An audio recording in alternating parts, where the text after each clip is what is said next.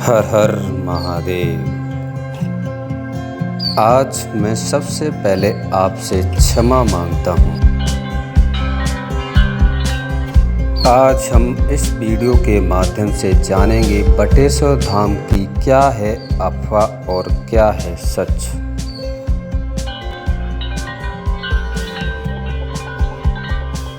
हो सके तो मुझे माफ़ करना, नहीं तो आप वीडियो के एंड तक मुझे माफ़ कर दोगे, ये मेरा यकीन है।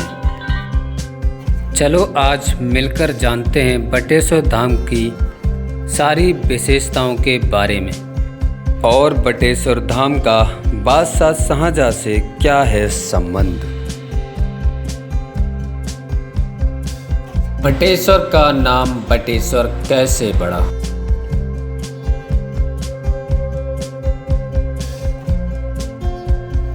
बताया जाता है पौराणिक कथाओं के अनुसार कि भगवान शिव ने यहाँ पर एक दिन के लिए विश्राम किया था। तो हम आ चुके हैं बटेश्वर धाम। ये बटेश्वर का लोकल मार्केट है।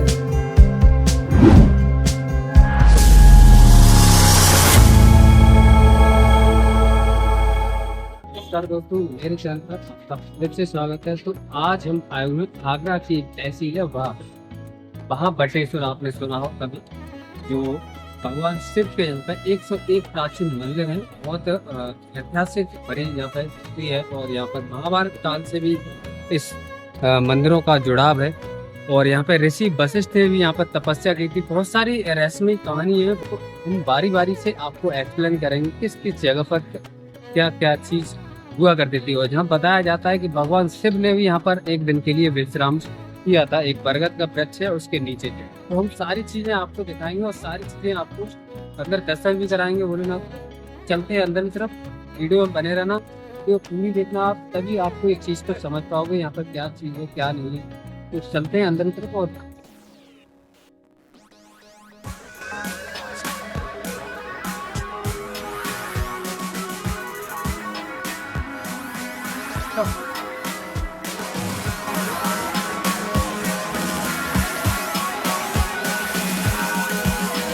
बटेश्वर धाम का उल्लेख रामायण, महाभारत, मत्स्य पुराण जैसे धर्म ग्रंथों में भी लिखा गया है।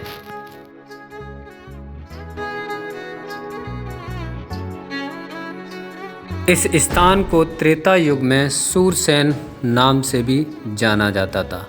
सूरसेन आपको पता हो, नहीं पता हो तो भगवान कृष्ण के दादाजी राजा सूरसेन का यहाँ पर राजधानी हुआ करती थी। ऐसा कुछ ग्रंथों के अनुसार हमें सुनने को मिलता है।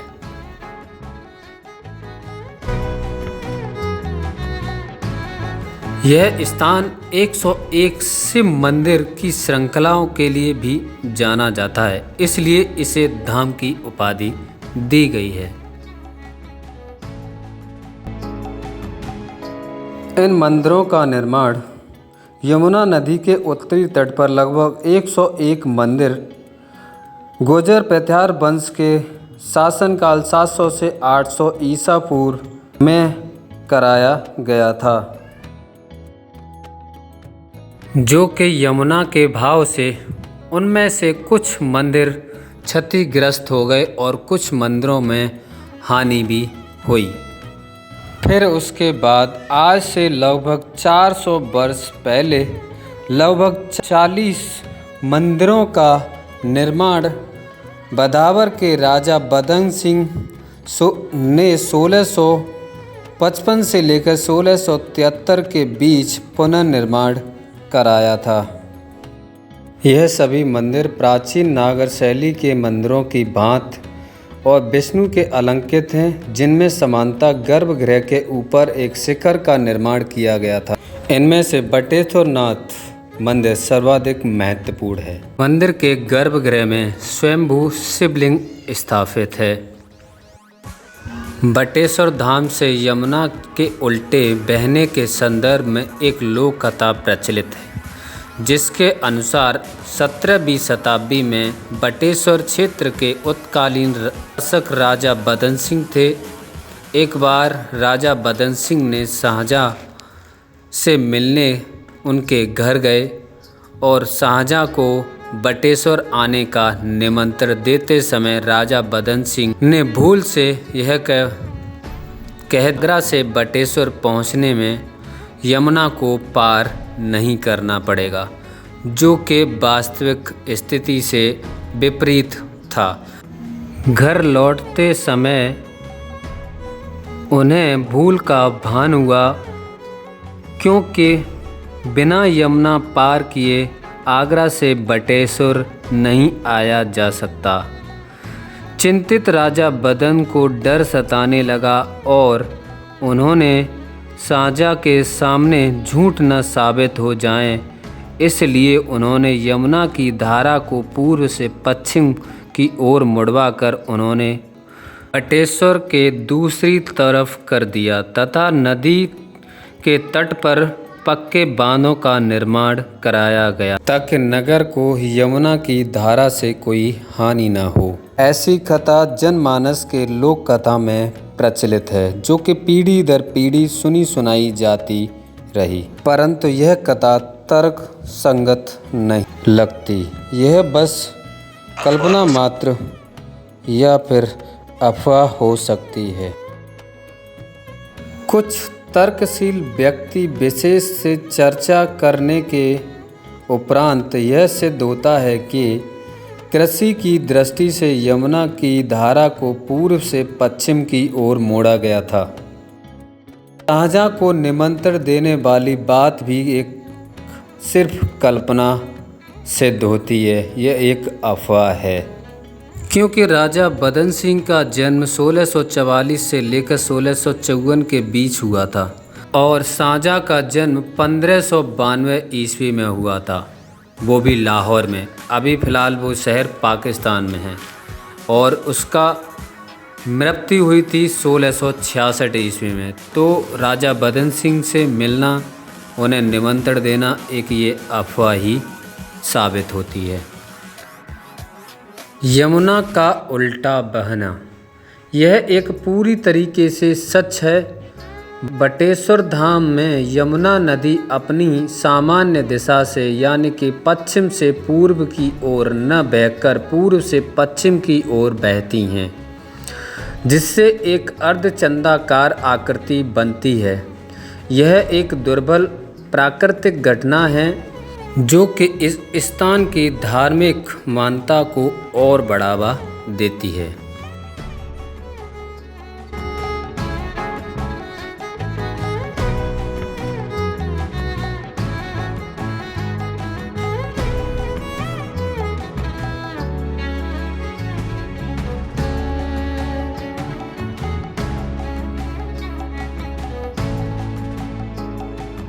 बटेश्वर धाम का जिक्र रामायण और महाभारत काल में भी मिलता है।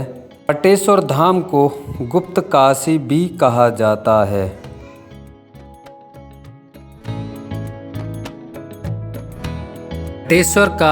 बटेश्वर नाम कब और कैसे पड़ा? पौराणिक मान्यताओं के अनुसार बटेश्वर धाम का नाम ही एक प्रमाण है कि भगवान शिव ने यहाँ पर विश्राम किया था। बट का अर्थ होता है बरगद का पेड़। ऐसा माना जाता है कि प्राचीन काल में इस स्थान पर एक विशाल बरगद का पेड़ था, जिसके नीचे भगवान शिव ने विश्राम किया था। इसी कारण इस जगह का नाम बटेश्वर पड़ा और भगवान शिव के सम्मान में यहाँ मंदिरों का निर्माण कराया गया।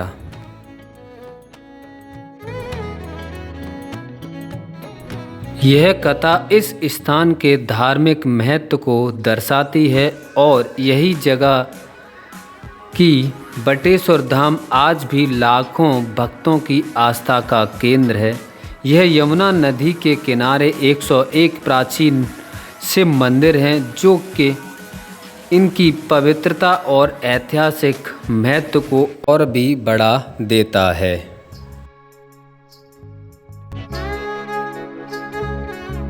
महाभारत काल कुछ किंवदंतियों के अनुसार महाभारत युद्ध के बाद बलराम यहाँ तीर्थ स्थान पर आए थे। बटेश्वर एक समृद्ध इतिहास के साथ बड़े पुराने गांव में से भी एक है। ऐसे में ये लाजमी है कुछ हकीकत के साथ मनगढ़ंत कहानियों का, जो कि पीढ़ी दर पीढ़ी जोड़ते ही जाना।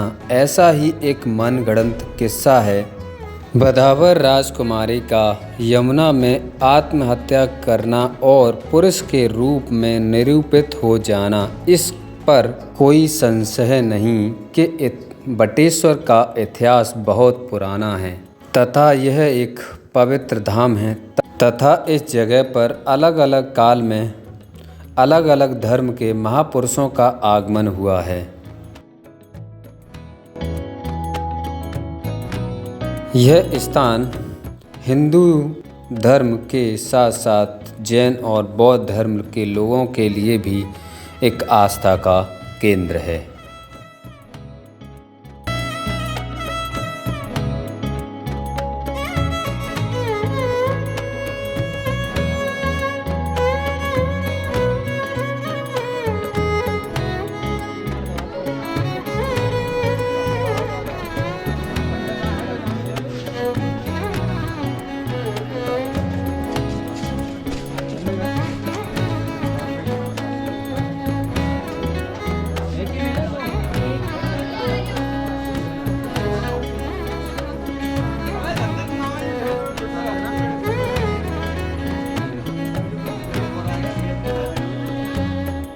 चलो मिलकर करते हैं भगवान शिव के दर्शन और देखते हैं मंदिर के अंदर बहुत ही खूबसूरत नज़ारा देखने को मिलेगा आपको। और ये आप देख रहे होंगे भक्तगणों की भीड़। यहाँ पर शिवरात्रि को मेला भी लगता है और सावन के महीने में हर सोमवार को यहाँ पर भगवान शिव के भक्त कावड़ भी लेकर आते हैं। जो गंगा जल होता है, काफ़ी दूर दूर से गंगा जल भर के लेके आते हैं भगवान शिव पर चढ़ाने के लिए। तो ये आप देख सकते हैं बहुत ही भीड़ आपको देखने को मिलेगी। और अंदर चलते हैं, भगवान शिव के दर्शन करते हैं और फिर आपको दिखाते हैं।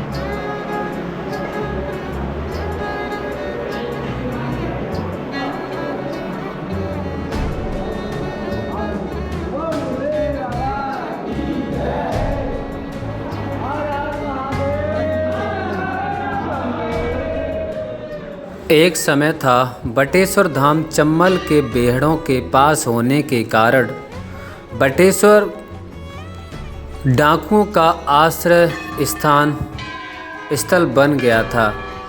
ऐसा माना जाता है कि कुछ विख्यात डाकू भी यहाँ पर आकर घंटा चढ़ाते थे। आज भी यहाँ मंदिर में भक्तों और डाकुओं द्वारा चढ़ाए गए बड़े बड़े घंटे देखे जा सकते हैं।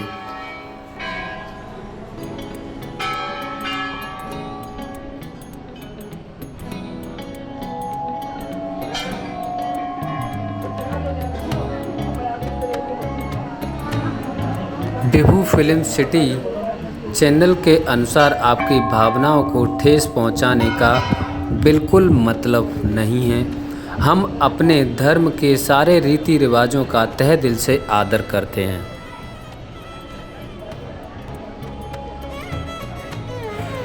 भारत के पूर्व प्रधानमंत्री अटल बिहारी वाजपेयी का भवन और जैन धर्म के भगवान नेमिनाथ की जन्मभूमि हम आपको पार्ट 2 में दिखाएंगे। ये